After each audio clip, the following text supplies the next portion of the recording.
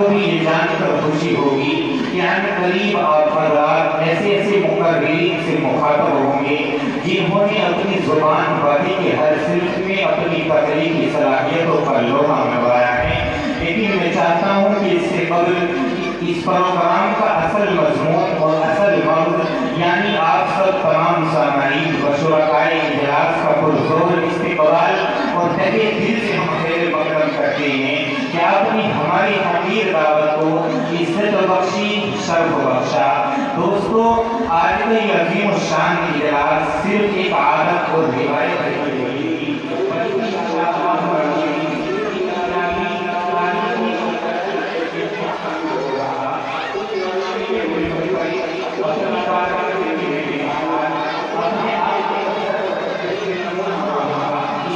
آج کے اس پروگرام کو کامیاب بنانے کے لیے ہم نے ہر ممکن جدوجہد کا سہارا لیا ہے اور بحمد اللہ وہ تمام کاوشیں آپ کے سامنے موجود ہیں جو اس اجلاس کی کامیابی کی ضامن اور اس کی ہمادوش ثریا کی دلیل ہے۔ میرے عزیزو، آج کی اس زعفران زار ماحول میں گل بلالہ، ان کے مالی، ان کے محافظین آپ کا دل کی گہرائیوں سے استقبال کرتے ہیں اور تہہ دل سے شکر گزار ہیں کہ آپ نے قدم رنجہ فرما کر یقین ہمارے چمن کی رونق بڑھا دی ہے۔ بس آپ کو یہ خوشخبری دینا چاہوں گا کہ خدا کو یہی لوگ پائے ہوئے ہیں، محمد سے جو دل لگائے ہوئے ہیں، اور ہمیشہ خدا ان کو آباد رکھے جو آقا کی محفل میں آئے ہوئے ہیں۔ اور کمند چاند ستاروں پہ ڈال سکتا ہوں، کمند چاند ستاروں پہ ڈال سکتا ہوں،